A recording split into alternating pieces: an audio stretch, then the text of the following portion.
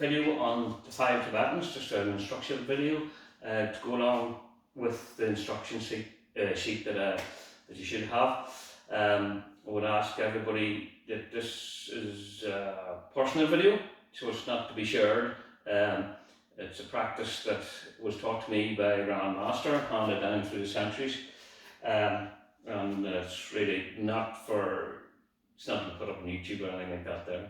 Now, first thing is that as with any type of exercise, physical exercise, if it's uncomfortable for you to do, or you feel that it's not right for you, that you're uncomfortable doing it, either breath or physically causing any pain or discomfort, please completely stop straight away. And if you have issues, you should probably consult your physician. Okay, right. So as I say, be kind to yourself in all ways. The 5 Tibetans are very, very powerful, and don't underestimate the power of them. If they're practiced on a regular basis, they certainly will change your life in so many different ways. There's so many attributes to the 5 Tibetans. It's called the Fountain of Youth. It reverses aging, increased vitality, weight loss. Actually, if men are starting to lose their hair, there's been known to completely reverse that process. The energy that you obtain or can obtain from you doing the 5 Tibetans is absolutely tremendous.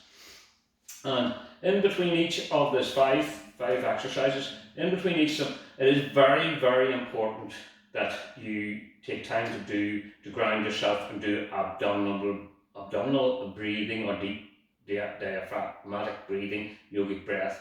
Very, very important to do that. You certainly won't get the best benefits from the practice if you don't do it. Then, ideally throughout the complete practice, you should have the tip of your tongue on the roof of your mouth, just behind the upper front teeth. Now, a lot of people find this uncomfortable, but believe you me, it's a very important part of these particular form of the 5 Tibetans. And the more you do it, the more the easier it becomes. So, ideally, when you're performing or doing the 5 Tibetans, you should have the tip of your tongue on the roof of your mouth while doing them all. I certainly can't. I'm going to talk you through this, what we're doing. The first one is that it's actually your arms, palms facing down, your arms are stretched.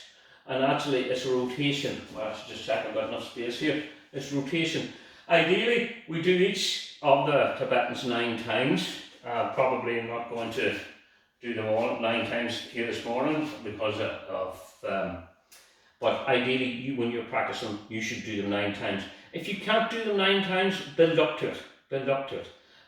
The more you do it, the easier it gets, believe you me. And it's the same with this one here. When you spin around, if you can, on the first rotation round, we're actually taking in breath. We're breathing in, so it's an inhalation on the first rotation. Then the other 8 rotations will hold our breath. And at the end of the last rotation, the 9th, we breathe out, either through the mouth or the nose, whatever is right for you. Different people will experience different things from using the mouth or the nose. So I'll just show the first one. So on the first hit, as I spin around here once, that's an in breath.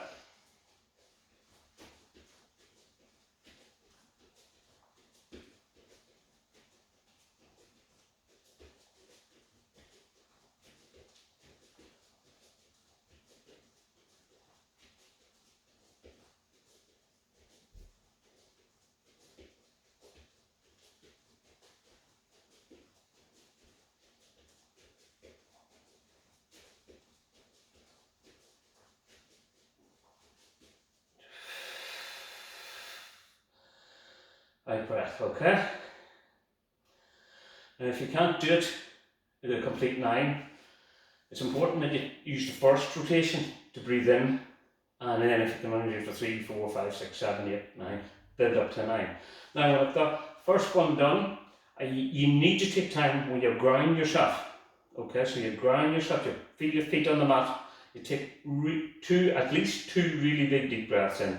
Diaphragmatic breaths where you actually, the abdomen's going out, your upper chest going out.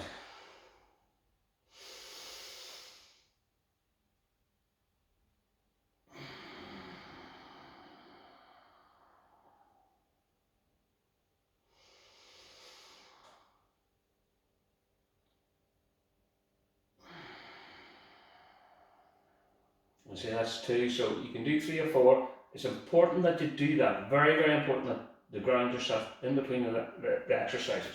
The next one, Tibetan rite number 2 is lie on the mat, okay? Fingers are together, the fingers are together, flat, close to your body, your hands flat either side of your body. And it's really an ab crunch. In other words, you're bringing your head up towards your knees and then down again. Now the thing about it is, you breathe in as you're going up and you breathe out as you're going down. In other words, it's the opposite way that you would normally do an ab crunch. In other words, you breathe in when you're going up, breathe out when you're going down.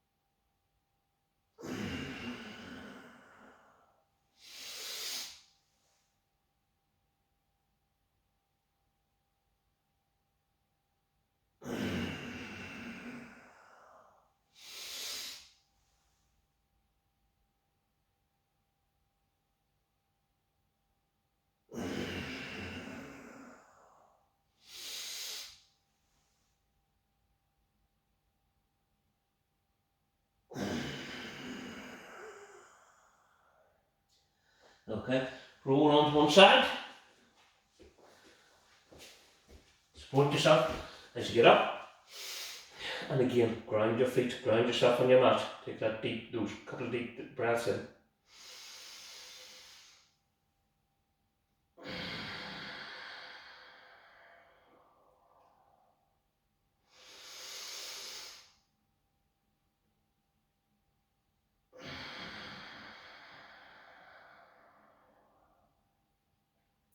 So that's the second one done, 9 times. Next one, turtle breath. Okay, so again, remember you have the tip of your tongue on the roof of your mouth. So now when we're breathing in, we take that breath in.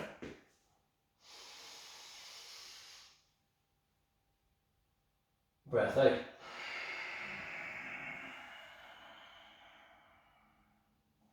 Okay, when we're breathing out, with the tip of our tongue on the roof of our mouth, we pronounce shu, S-H-U, which is Taoist sound. It's a healing sound. It increases the potential energy that we're using in this particular Tibetan rite. So, tip of your tongue on the roof of your mouth, and shu on the way out. Now, you might find this difficult to do. In fact, most people will until you get used to it. The thing about it is, you try and do it, and you visualize yourself doing it. Energy follows thought. Okay? So, and if you notice that now, actually that whole movement comes from base of my spine. The breath in.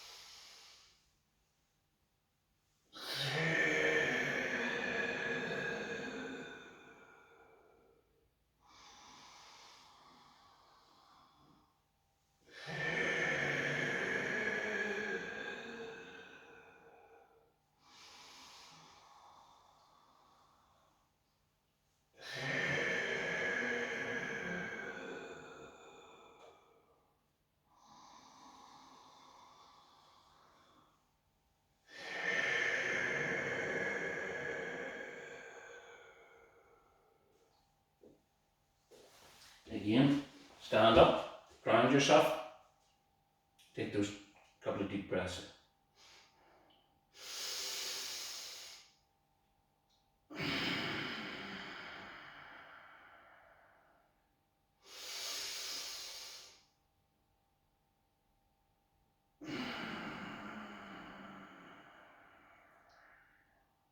Okay, now the fourth Tibetan is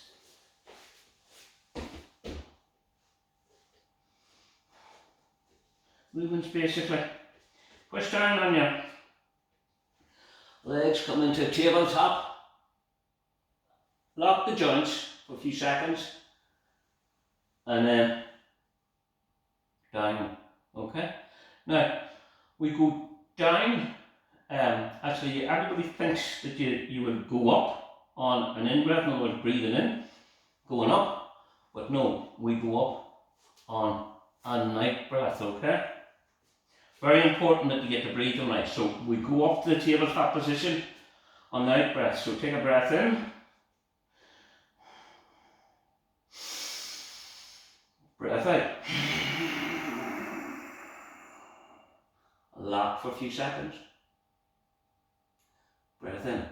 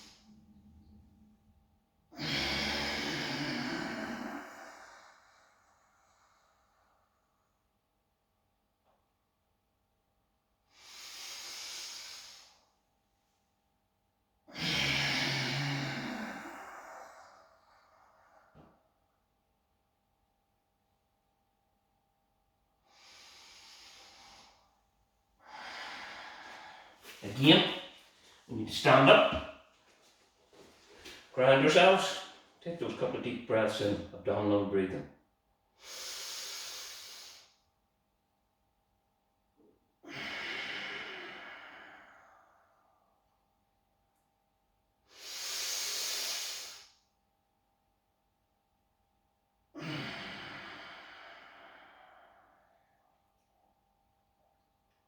Okay, now to the last one, the fifth one. If you want to say, you need to make sure you adjust it right here. So it's really the child, extended child. You come up to here, and then upward facing dog.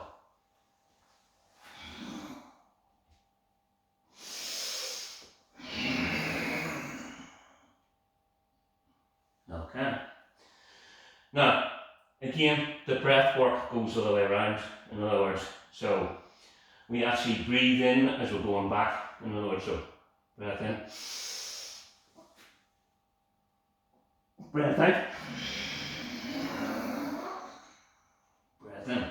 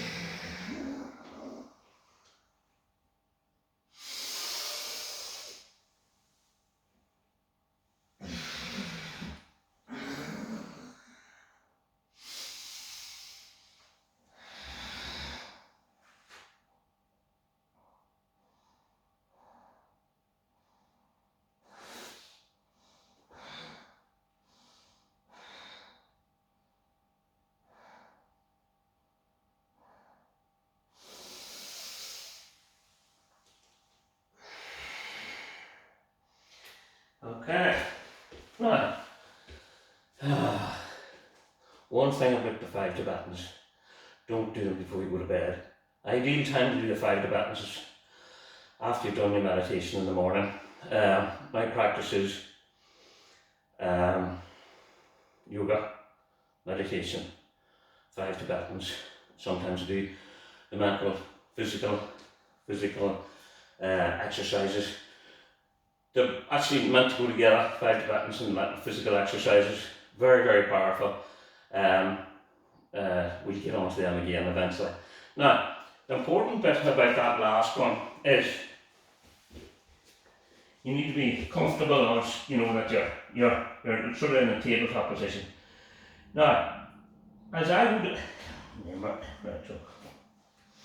I get to here, okay, and then I drop my shoulders in, going up to upward facing dog, then push back, okay. Now, you don't do when you get to here, drop the hips, okay, because you're not doing the right exercise. Not only that, but you're compressing the lower vertebrae, so you're not helping. It's not good, well, not do your spine any damage if you have the spine, but you don't drop the hips. In other words, you get to here, and then you drop the hips, which a lot of people do. Now, the other thing is to keep the elbows close to the body. Okay, so when you get to here, you bend your elbows and push back. Okay, I'm going to change the mat around just to show you. And so you need quite a bit of upper body strength. Well, you know, if you do it often enough, it's no problem. Now, what people tend to do, which is there's no way you'll ever be able to do it, is you get to here and then you bend the elbows out to the side. The elbows go, if you want to say, close to the body, and then up, back. Okay, you come up, but the elbows out the side, you're going to fall flat in your face. You can't do it. You'd end up breaking your nose, and that's not what anybody wants, okay? So, that's the 5 Tibetans. Try them for a month. Try them for a month. I challenge you to try them for a month. It certainly will change your life. And as I said, this video is just for your personal use. People that have asked me for it, people that have the instruction sheet. And if you want to come back to me on anything, any part about it, just contact me, message me, give me a phone call, and we'll talk it through. And thank you very much. Hope you enjoy. Namaste.